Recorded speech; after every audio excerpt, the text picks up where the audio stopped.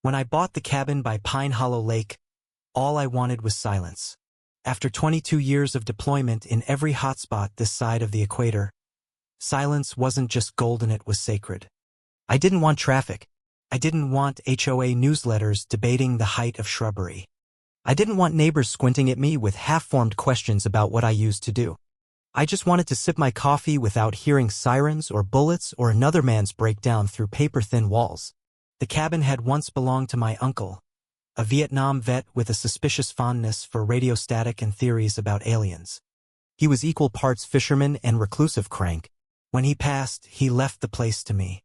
Years went by before I finally decided to cash in my sanity, grab a six-pack, and vanish. For 3 blissful days, the plan worked. The place was worn but sturdy. The dock creaked. The shutters wheezed. The pantry smelled like something once alive had given up in there, but it was mine. And it was quiet. So quiet my shoulders dropped 6 inches without me realizing it. Then came the footprints. Not raccoon. Not deer.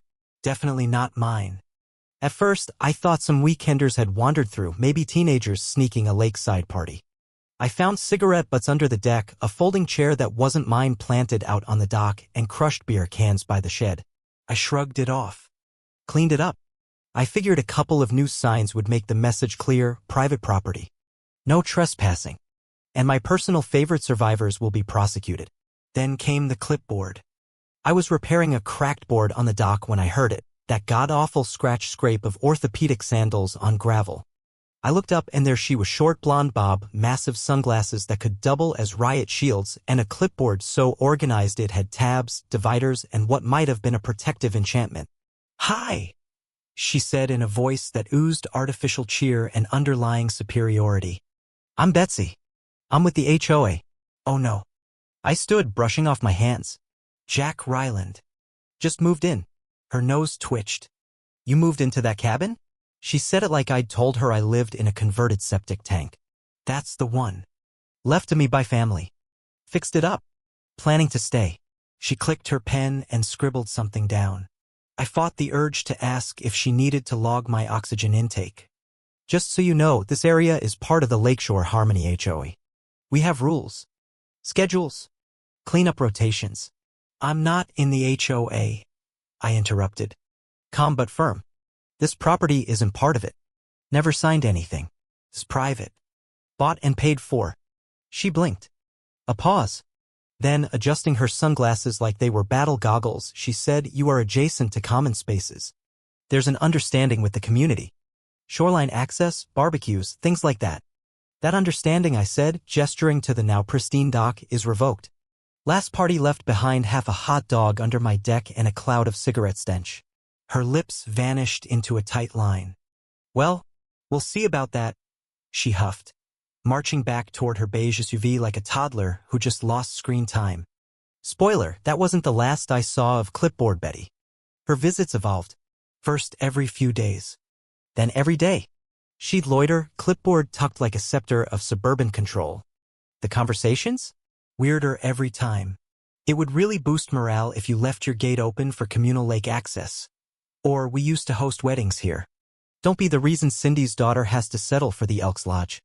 I started keeping a notebook, Betty Surveillance Log, Volume 1. Bullet points, guilt trips, offers to list my cabin as an HOA event space, even a request to use the dock for Sunday baptisms. I told her no each time. The same refrain: "My land, my dock, not part of your kingdom." I tried to stay polite. Betty treated boundaries like polite suggestions. So I escalated. Signs. Gates. Locks. Motion sensors. I even named a particularly feisty raccoon Betty in her honor. Then came the day she returned with backup. 2 of her clipboard-wielding cultists. Matching sun visors, identical chihuahuas that looked like they'd unionized. They stood at the edge of my drive like suburban stormtroopers. "We understand you value privacy," Betty said, voice oozing menace-laced diplomacy. "But the HOA would appreciate some cooperation. After all, we're a community." I sipped my coffee. "Let me ask you something. If I walked into your backyard, fired up a grill, let my friends toss beer cans around, then got mad when you put up a fence, what would you call that?" She blinked. "I'd call it trespassing. Pretty sure the sheriff would too." They shuffled away. But I knew better. She wasn't giving up. So I baited the trap. I brought in Ghost. A sleek, silent matte black fiberglass boat. Custom electric, encrypted controls, GPS override, motion sensors, and a little program I called loop mode. If anyone activated it without my clearance, it would drift in wide, endless figure eights until manually reset. Like a Roomba, but wet. Friday morning, I left for town. Deliberately. 40-minute round trip. 15 minutes in, ping. Dock gate breached. Ping. Motion detected. Ping. Ghost override attempt. Showtime. I pulled over. Opened the camera feed. There she was, Betty the Bold. Sneaking aboard in jeans, hoodie, and gloves. The clipboard was gone. This was her covert op. She started fiddling with the controls. Hit the ignition. Ghost glided away. Smooth. Silent. She wobbled. Fumbled. Realized the boat wasn't obeying. It turned. Then again. Wide, hypnotic circles. I called the sheriff. Unauthorized operator on my dock. Private property. Boat in motion. GPS confirms. Footage available. They didn't need more. By the time I returned, she'd been spinning for over 30 minutes. I set up a chair, cracked a root beer, and watched. She screamed. Not in Panison pure entitled rage. She flailed. Saturday. Swore. Grew greener by the minute. The sheriff cruisers arrived. So did an ambulance. Deputy Cole strolled up beside me. Sir, he said. I nodded toward the boat. She'll be here in 3. He blinked. Is she? Okay. Physically? Sure. Just severely allergic to boundaries. Sure enough. 3 minutes later, Ghost pulled in like a punctual chauffeur. Betty stumbled. Missed the dock. Collapsed in a heap. They helped her up, checked her vitals. I showed Cole the logs. The footage. The GPS. The security system. This is airtight, he said, impressed. Not my first rodeo. She didn't get arrested. But she got a long chat with the sheriff. And a ride home. She looked like she'd fought Neptune and lost. 3 days later, I got served. She was suing. Claiming emotional distress. Unsafe technology use. Community betrayal. The attorney, some slick sly ball named Trent, tried to say I weaponized a boat. At mediation, he said this was a hostile act against a respected community figure. My lawyer, Tanya, an ex-jag with the instincts of a bloodhound, dropped a binder on the table thick enough to end a debate by weight alone. Footage. Motion alerts. GPS. Maps showing I wasn't part of their HOA. The piece de resistance? A recording of Betty saying 2 weeks prior, it isn't technically HOA, but we like to think of it as an honorary zone. Case dismissed. With prejudice. Then the fun began. Turns out Betty had a history. The board learned she once reassigned a disabled neighbor's parking spot to her yoga instructor because wellness counts. She once borrowed a snowblower for block safety and returned it full of mulch. They circulated a petition. It passed. Unanimously.